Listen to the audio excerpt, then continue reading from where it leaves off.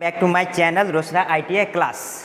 हम लोग मानक एवं मानकीकरण देख रहे थे, तो उसी में देखते हैं BIS मानक द्वारा उपभोक्ताओं का क्या क्या लाभ मिल सकता है। BIS मानक द्वारा, तो इसके द्वारा क्या है, धोखाधड़ी से बचाया जा सकता है। इसके द्वारा मानक उत्पादन को चयन करने में हमें सहायता मिलती है। इसके द्वारा जीवन तथा संपत्ति के प्रति संकट हेतु सुरक्षा का आश्वासन प्राप्त होता है। उपमानक गुणवत्ता होने पर ISI चिन्हित उत्पादों को निःशुल्क प्रतिस्थापन प्राप्त होता है। अब देखते हैं मात्रकों की SI प्रणाली, जो SI सिस्टम, ठीक है ना। SI प्रणाली, यह प्रणाली नेशनल फिजिक्स लेबोरेटरी UK तथा national bureau of standards USA द्वारा मिलकर बनाई गई है। यह मात्रकों की एक विश्व स्तरीय प्रणाली है, जिसके अंतर्गत 7 मूल राशि होता है, 2 संपूरक राशि होता है और तथा बाकी जितना भी है व्युत्पन्न राशि वो आती है इसी के अंतर्गत। ठीक है, अब मूल राशि, 2 संपूरक राशि और व्युत्पन्न राशि के बारे में देख लेते हैं। देखते हैं फंडामेंटल यूनिट्स। फंडामेंटल यूनिट्स 7 प्रकार का है। कौन कौन सा है? लंबाई, द्रव्यमान, समय, विद्युत धारा, ताप, ज्योति तीव्रता और पदार्थ की मात्रा। अब सबके मात्रक देख लेते हैं। क्या होता है? लंबाई का मात्रक होता है मीटर, द्रव्यमान का मात्रक होता है किलोग्राम, समय का मात्रक होता है सेकेंड, विद्युत धारा का मात्रक होता है एम्पियर, ताप का मात्रक होता है केल्विन, ज्योति तीव्रता का मात्रक होता है कैंडेला, पदार्थ की मात्रा का मात्रक होता है मोल। अब सबका सिंबल देख लेते हैं। मीटर का सिंबल होता है M, स्मॉल m, किलोग्राम का kg, सेकेंड का S या SEC भी होता है, एम्पियर का A होता है, केल्विन का डिग्री K होता है, कैंडेला का C होता है, मोल का MOL। और उसके बाद नेक्स्ट देख लेते हैं संपूरक राशियाँ, कम्प्लीमेंट्री यूनिट्स, कहीं सप्लीमेंट्री भी होता है। ये 2 प्रकार के होते हैं, समतल कोण और ठोस कोण, plane angle, solid angle. Plane angle का मात्रक होता है रेडियन और सॉलिड एंगल का मात्रक होता है स्टेरेडियन। रेडियन का सिंबल होता है RAD और स्टेरेडियन का सिंबल होता है SR। अब लास्ट देख लेते हैं व्युत्पन्न राशि और इसके बाद ये चैप्टर खत्म हो जाएगा। चलिए अब देखते हैं व्युत्पन्न राशि, डिराइव्ड क्वांटिटी।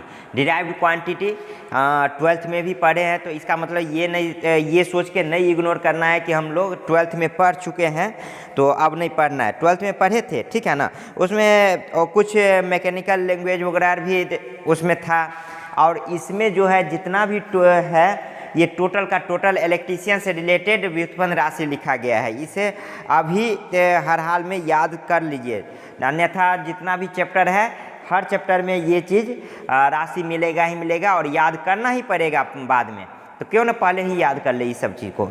ठीक, तो अब देखते हैं व्युत्पन्न राशि क्या है, कौन कौन सा है। भौतिक राशि जो बल, फोर्स न्यूटन उसका मात्रक होता है। व्युत्पन्न राशि बल, क्षेत्रफल, शक्ति, प्रतिरोध, दाब, आवृत्ति, कार्य ऊर्जा, उष्मा, विद्युत आवेश, चुंबकीय फ्लक्स, घनत्व, धारिता, प्रेरक, विभव, विभवांतर, जो मूल राशि पे डिपेंड करता है वही व्युत्पन्न राशि होता है ना।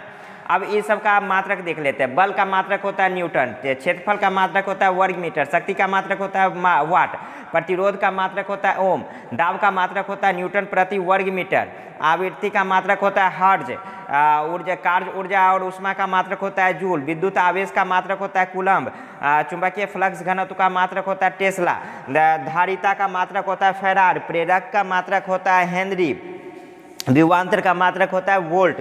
विभवांतर लीजिए या विभव लीजिए या EMF लीजिए, है ना। अब देखते हैं न्यूटन्स का जो सिंबल होता है, संक्षिप्त प्रतीक होता है N से डिनोट किया जाता है, और मीटर स्क्वायर, वाट को W से, ओम को उल्टा ये ओम इस तरह से होता है, और न्यूटन पर मीटर इस तरह से, हर्ट्ज HZ, जूल J या न्यूटन मीटर, और कूलम्ब को C से, टेस्ला को T या वेबर पर मीटर स्क्वायर, फैराडे को F से और हेनरी को H से, और वोल्ट को V से। और इसी के साथ first chapter occupational safety and health खत्म हो रहा है। अब हम लोग इस चैप्टर से रिलेटेड कुछ क्वेश्चन डिस्कस कर लेते हैं। चलिए आइए, कुछ लघुत्तरीय क्वेश्चन है जिसका जवाब देखते हैं क्या होगा। दुर्घटना में मूर्छित व्यक्ति को पेय पदार्थ क्यों नहीं देना चाहिए? दुर्घटना जब होता है, जब विद्युत झटका लगता है, बेहोश रहता है व्यक्ति, उस समय पानी दूध क्यों नहीं देना चाहिए?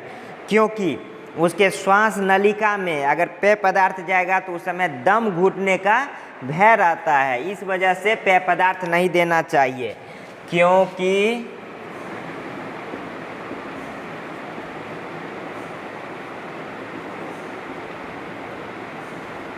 श्वास नलिका में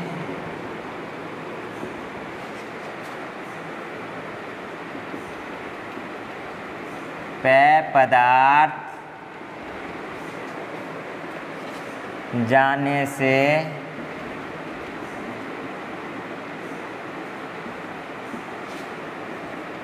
दम घुटने का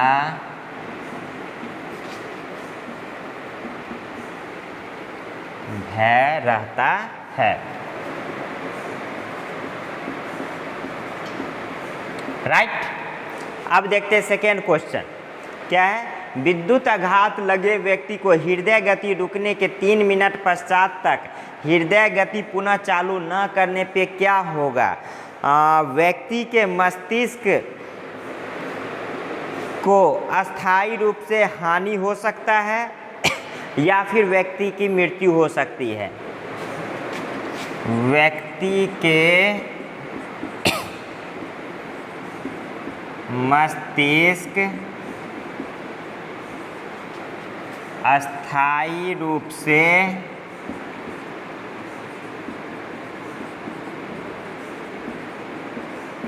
हानि हो सकता है। नेक्स्ट क्वेश्चन अब देखते हैं। विद्युत उपकरणों पर कार्य करते समय इन्हें भू संपर्कित रखना चाहिए, क्यों? अर्थिंग क्यों ज़रूरत है? अर्थिंग बॉडी करंट सुरक्षा के लिए। अगर गलती से फेज वायर बॉडी पे टच आ जाए और हम उसके संपर्क में आ जाए तो क्या होगा? तो विद्युत धारा हमारे शरीर से होके ग्राउंड होना चालू हो जाएगा, तो उस समय में विद्युत झटका लग सकता है। अगर वही अर्थिंग किए हुए रहेंगे तो हमारे शरीर से पास ना होके अर्थिंग से होके पास करेगा। तो अर्थिंग किस लिए लगाया जाता है? सुरक्षा के लिए। तो यहाँ पे किसकी सुरक्षा के लिए? कारीगर, इलेक्ट्रीशियन या जो उसके संपर्क में रहता हो उसके लिए, सुरक्षा के लिए। संपर्क यानी जो ऑपरेटर करता हो, सुरक्षा के लिए। राइट। अब नेक्स्ट क्वेश्चन देखते हैं क्या है। विद्युत मेंस लाइन पर कार्य करते समय विद्युत कार द्वारा स्टील अथवा एल्युमिनियम का प्रयोग वर्जित है। स्टील और एल्युमिनियम जो है विद्युत का सुचालक होता है। अगर इसकी सीढ़ी दिया जाए और उस पे चढ़ के अपना वर्क करे तो क्या होगा? अगर विद्युत के संपर्क में आ गया व्यक्ति, कारीगर, तो नीचे क्या है? विद्युत का सुचालक पदार्थ डायरेक्ट वो धारा का प्रवाह उसके शरीर से होके, ये सुचालक पदार्थ से होके ग्राउंड होना चालू हो जाएगा, उसको रास्ता मिल जाएगा। तो क्या होगा? विद्युत झटका लग सकती है। अगर यहीं पे इंसुलेटेड मटेरियल से बना सीढ़ी अगर दिया जाए तो यहाँ से नीचे ग्राउंड होगा ही नहीं, तो विद्युत धारा प्रवाह होने का रास्ता ही ब्लॉक हो जाएगा, तो शरीर से होके धारा का प्रवाह होगा ही नहीं, है ना। तो इस वजह से स्टील और एल्युमिनियम की सीढ़ी वर्जित होती है, क्योंकि ये विद्युत का सुचालक होता है। तो यहाँ लिख देना है क्योंकि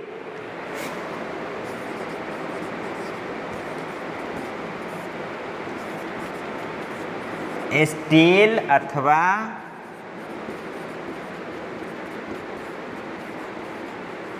एल्युमिनियम विद्युत का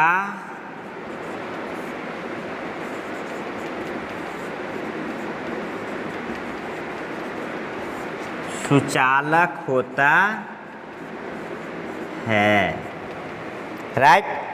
अब नेक्स्ट क्वेश्चन देखते हैं। चलिए देखते हैं कुछ ऑब्जेक्टिव क्वेश्चन।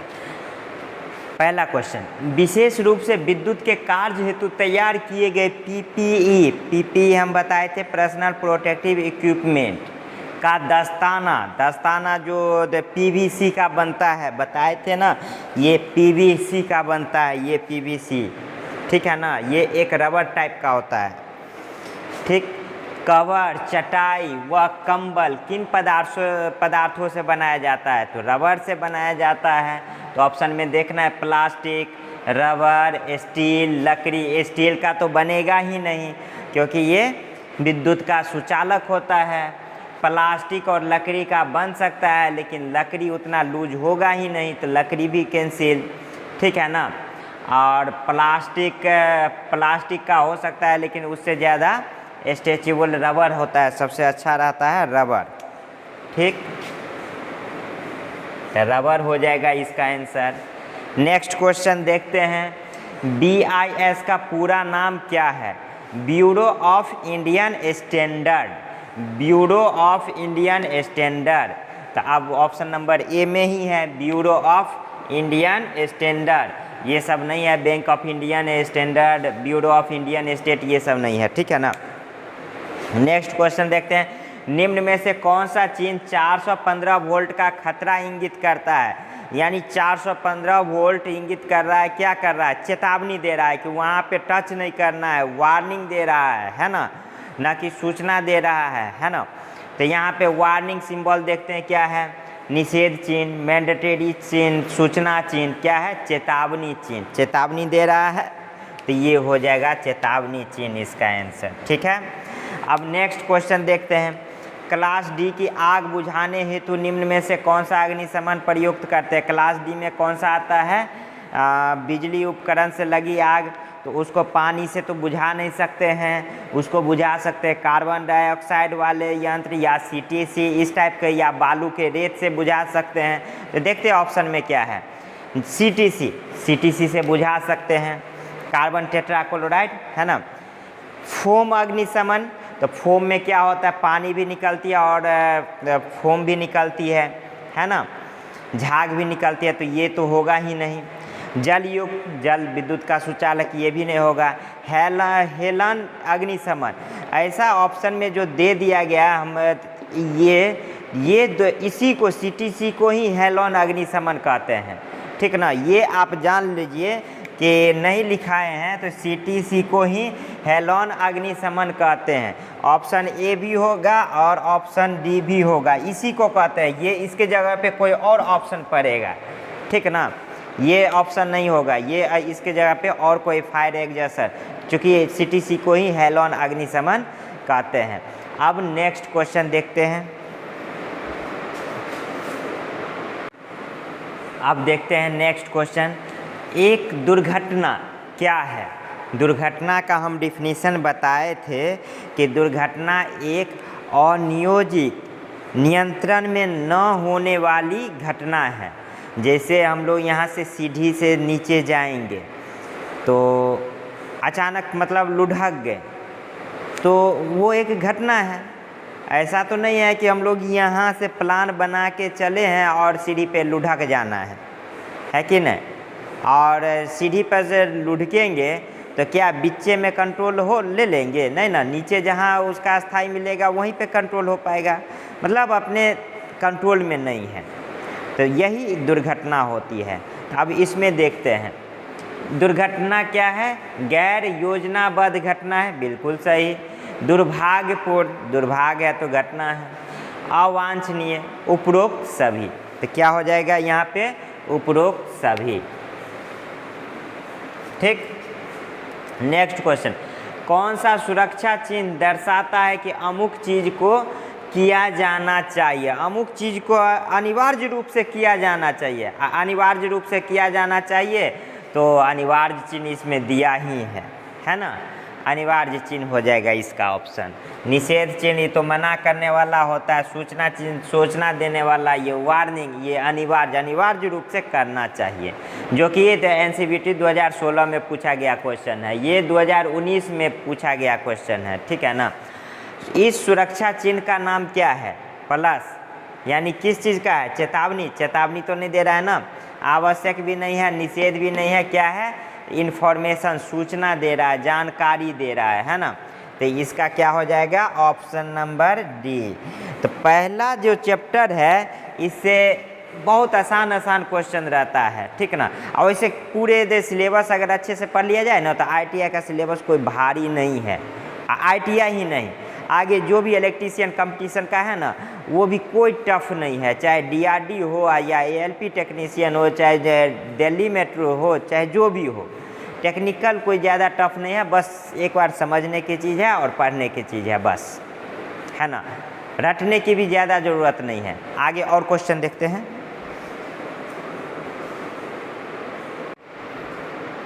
आइए अब देखते हैं निषेध चिन्ह को दर्शाने के लिए प्रयुक्त रंग कौन सा होता है। निषेध कलर, मना करने वाला, लाल बॉर्डर, क्रॉस बार, सफ़ेद बैकग्राउंड और काले रंग की आकृति होनी चाहिए, हम बताए हुए हैं, ठीक है ना।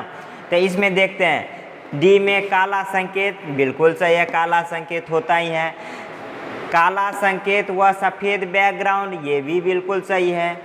लाल बॉर्डर व क्रॉस बार, तो ये भी सही है। लेकिन इसके अलावा तो चर्चा नहीं ना किया गया इसमें, और इसमें जो है लाल बॉर्डर व क्रॉस बार ये भी चर्चा कर दिया, काला संकेत व सफ़ेद बैकग्राउंड दोनों सब चर्चा कर दिया गया है। तो इसका कौन सा हो जाएगा, ये ए ऑप्शन, ठीक है ना। और ये जो क्वेश्चन जो था इस सुरक्षा चिन्ह का क्या नाम है, तो यानी जानकारी सुरक्षा, ये NCVT 2019 का क्वेश्चन आया हुआ पूछा हुआ क्वेश्चन ही डिस्कस करा रहे हैं। और ये जो है सो ITI फरवरी 2015 में वायरमैन में पूछा गया था। अब चलते हैं नेक्स्ट क्वेश्चन। अब नेक्स्ट क्वेश्चन देखते हैं। इलेक्ट्रॉनिक्स में अवयवों के लिए प्रयुक्त वोल्टेज का मान क्या होता है।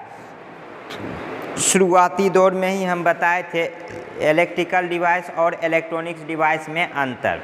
इलेक्ट्रिकल डिवाइस में क्या होता है, जो द डिवाइस AC करंट पे वर्क करे इलेक्ट्रिकल डिवाइस होता है, और जो डिवाइस DC करंट पे वर्क करे इलेक्ट्रॉनिक्स डिवाइस होता है। और इतना हम जानते हैं कि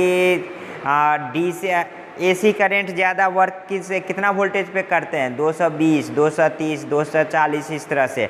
और DC सर्किट 5, 9, 12, 24 हाईएस्ट, है ना। तो यानी जो इलेक्ट्रॉनिक्स उपकरण है वो निम्न वोल्टेज पे काम करती है ना। तो अब इसमें हम देखते हैं ऑप्शन में, ए उच्च वोल्टेज पे, नहीं, बी निम्न वोल्टेज पे, तो ये हो जाएगा इसका बी, ठीक। अब नेक्स्ट क्वेश्चन देखते हैं। इलेक्ट्रॉनिक्स मैकेनिक में प्रयुक्त अवयव होते हैं, तो उसमें हम बताए थे इलेक्ट्रॉनिक्स डिवाइस कौन कौन सा होता है। प्रतिरोध रजिस्टर होता है, संधारित्र कैपेसिटर होता है, इंडक्टर होता है, उपरोक्त सभी। तो इसमें कौन सा हो जाएगा, उपरोक्त सभी। इसीलिए इलेक्ट्रॉनिक्स वाले को ये तीनों चैप्टर जो है अलग से डिटेल से पढ़ना है ना। तो नेक्स्ट क्वेश्चन, टीवी की पिक्चर ट्यूब से उत्पन्न होती है। टीवी में जो पिक्चर ट्यूब होती है उसमें कौन सा रेज उत्पन्न होती है, alpha rays, beta rays, gamma rays, X rays, क्या या सभी।